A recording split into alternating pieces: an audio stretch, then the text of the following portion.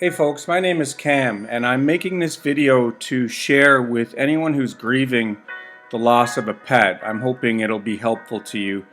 It's a story about me losing the dog you see in the picture there, Princess.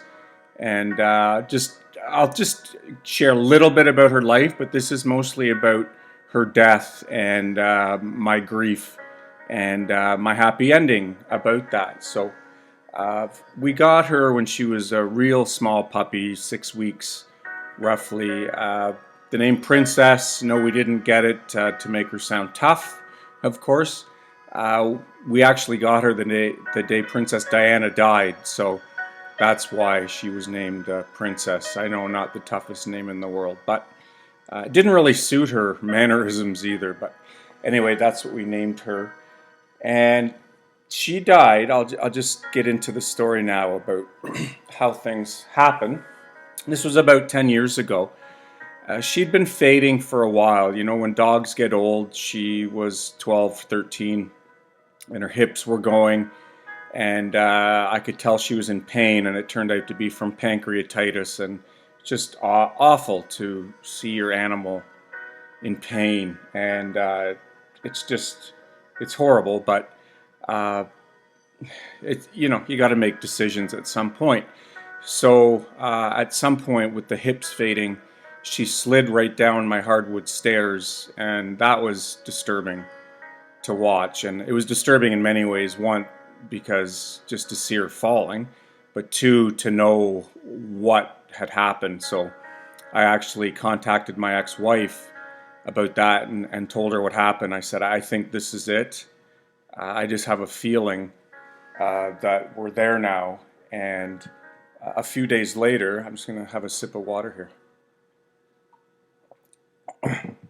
A few days later, I got the call from my daughter that my ex-wife's new husband had taken Princess to the vet and had her put down.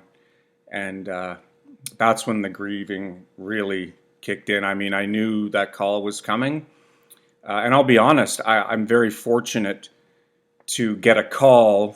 One, someone else was kind enough to do it, and two, that it had already been done, because I really feel for people who need to be involved with that. That just compounds and piles on to this horrible situation. So I really feel for anyone who just had to do that.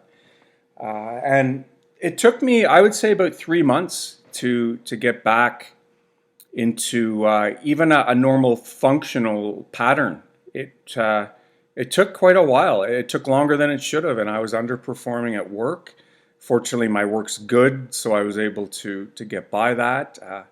I think my big tell was I stopped playing hockey, and I'm Canadian, and we don't stop playing hockey. So this was really tough when I got that call. So that was really hard to get that call. I should pause here and ask for your thank you for your forbearance, I guess, for letting me do a PowerPoint. I'm a university professor, so this is just the way I best tell stories. So, and here you can see I'm throwing up a graph. Hopefully it'll be helpful, actually, and let me walk you through it now. So in terms of ability to function, as I mentioned, for about 3 months, I was below the waterline where you need to be to function properly, but managed to muscle through it.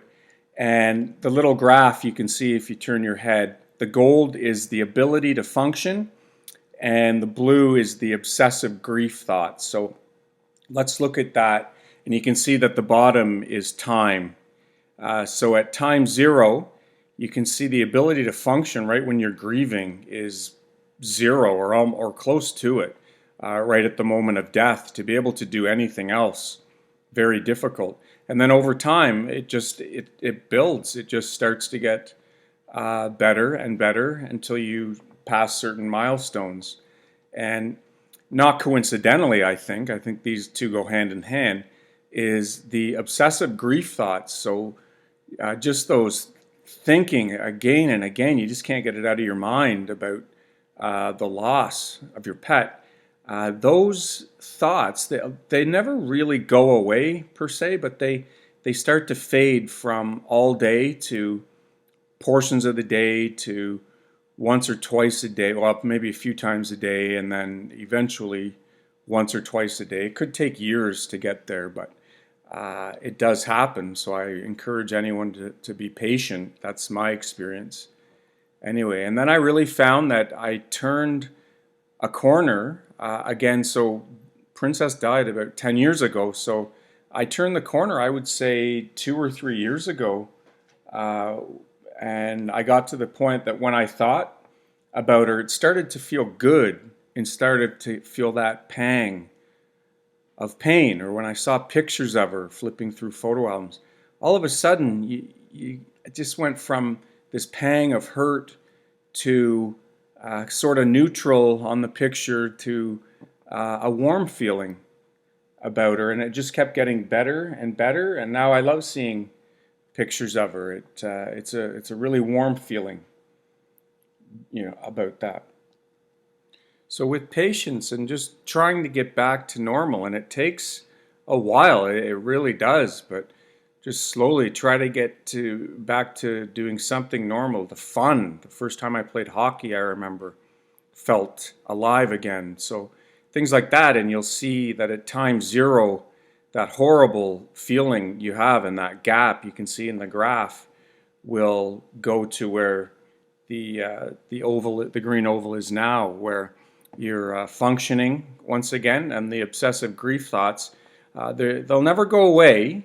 I'm not saying they will. That's why the blue line doesn't go all the way down to the x-axis.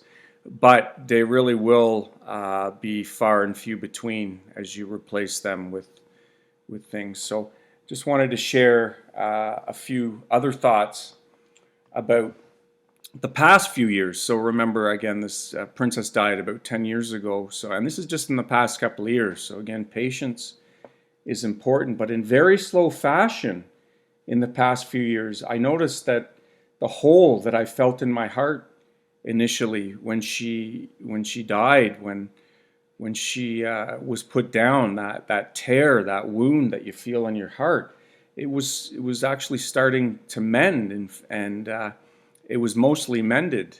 I would say a year or two ago. It felt, there's a scar there, I would say, but that scar is not one in pain anymore. And when I think about Princess, there's zero grief anymore. It's just smiling when I think about her. And now I think the scar I was talking about that's in our heart, the scar or the hole that you have in your heart from this, it's healed now, and there are little paw prints of Princess in that spot for me now. And I hope that you experience the same thing and have been soothed even a little bit by this video. And all the best to you.